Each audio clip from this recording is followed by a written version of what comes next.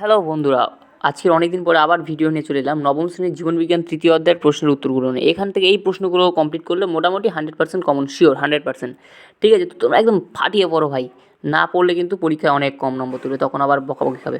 তো দেখো প্রথম প্রশ্নটা দেখো কী আছে, যদি কোনো শ্বেতাকণিকার নিউক্লিয়াসে দু থেকে সাতটা লতি থাকে তাহলে সেটি হলো, উত্তর হবে নিউট্রোফিল।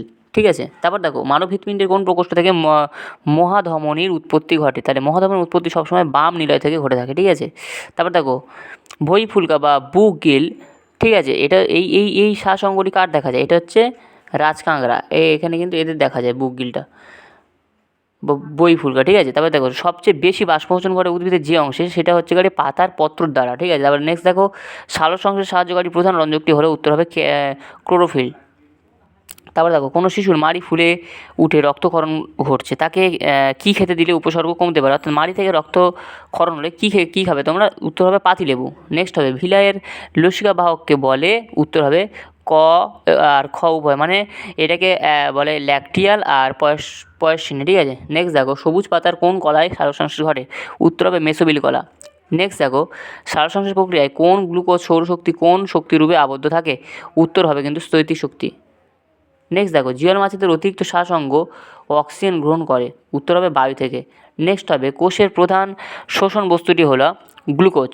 পরেরটা দেখো কেঁচোর রেচনাঙ্গটির নাম হচ্ছে নেফ্রিডিয়া, এটা কিন্তু খুব ইম্পর্টেন্ট কোশ্চেন। কোন প্রকার সন্ধান প্রক্রিয়ায় ইথাইল অ্যালকোহল উৎপন্ন হয়, উত্তর হবে কিন্তু কোহল সন্ধান। নেক্সট দেখো কোন প্রকার শোষণে বায়বীয় অক্সিজেন O2 প্রয়োজন ঘটে, উত্তর হবে সবাত শোষণ। তারপরে দেখো তীব্র আম্লিক মাধ্যমে ক্রিয়াশীল প্রোটিওলাইটিক উৎসেচকটি হলো, উত্তর হবে পেপসিন। রসের উৎসোচ প্রক্রিয়ায় কোন বল বা বলগুলি জলস্তম্ভকে জাইলেম বহিকার মধ্যে দিয়ে ওপর দিকে চালনা করে, উত্তর কিন্তু হবে মূলজ চাপ। নেক্সট দেখো সালোকসংশ্লেষে সক্ষম একটি ব্যাকটেরিয়া উদাহরণ হচ্ছে কিন্তু রোডোস্পাইরিলিয়াম। তারপরে দেখো ক্রেবস চক্র বা সাইট্রিক অ্যাসিড চক্র কোষের যে অংশে ঘটে সেটি হচ্ছে কিন্তু মাইটোকন্ড্রিয়ায়। তারপরে দেখো শুষ্ক বায়ুতে জল শোষণ অপেক্ষা বাষ্পমোচন বেশি হলে যে অবস্থার সৃষ্টি হয় তা কিন্তু হচ্ছে উত্তর হবে কিন্তু অবনমন। মানবদেহে ইউরিয়া উৎপন্ন করে, অর্থাৎ ইউরিয়া মানে মূত্র। ঠিক আছে, মানবদেহে ইউরিয়া উৎপন্ন করে, মানে কোন অঙ্গ থেকে ইউরিয়াটা উৎপন্ন হয়, উত্তর হবে কিন্তু যকৃৎ। ঠিক আছে, তারপর দেখো এডিএইচের হবে কী রোগ হয়, উত্তর হবে ডায়াবেটিস ইনসিপিটাস, উত্তর হবে বহুমূত্র বা বহুমূত্রকেও বলা থাকে। দেখো বন্ধুরা ডায়াবেটিস ইনসিপিটাস একটা আছে, আবার হচ্ছে ডায়াবেটিস মেলিটাসও একটা আছে, কিন্তু এখানে উত্তরটা হবে ডায়াবেটিস ইনসিপিটাস অর্থাৎ বহুমূত্র। নেক্সট এবিও রক্ত গ্রুপের আবিষ্কর্তাকে, অর্থাৎ এবিও এর আবিষ্কর্তাটাকে ল্যান্ডস্টেইনার।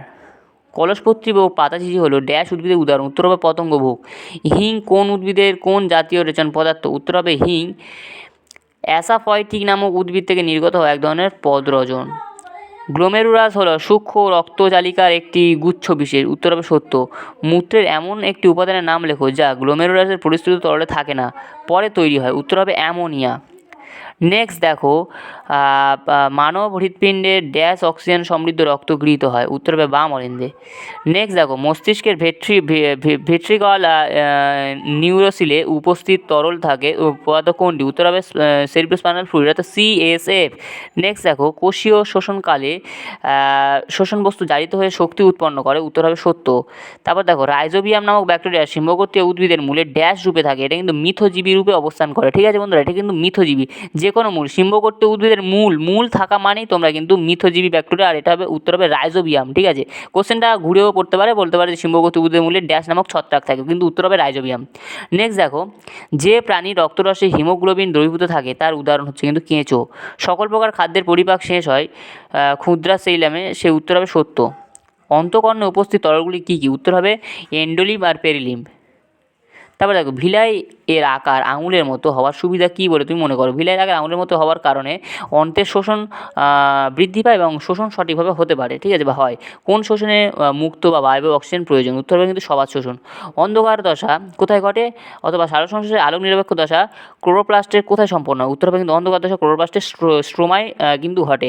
আর যদি বলা হয় যে আলোক দশা কোথায় ঘটে, তাহলে অন্ধকার দশা ক্লোরোপ্লাস্টের স্ট্রোমায়, আর আলোক দশা হলে গ্রানায়। ঠিক আছে, এটা একটু মনে রাখবে, গ্রানা, আলোক মানে গ্রানা আর অন্ধকার মানে স্ট্রোমা।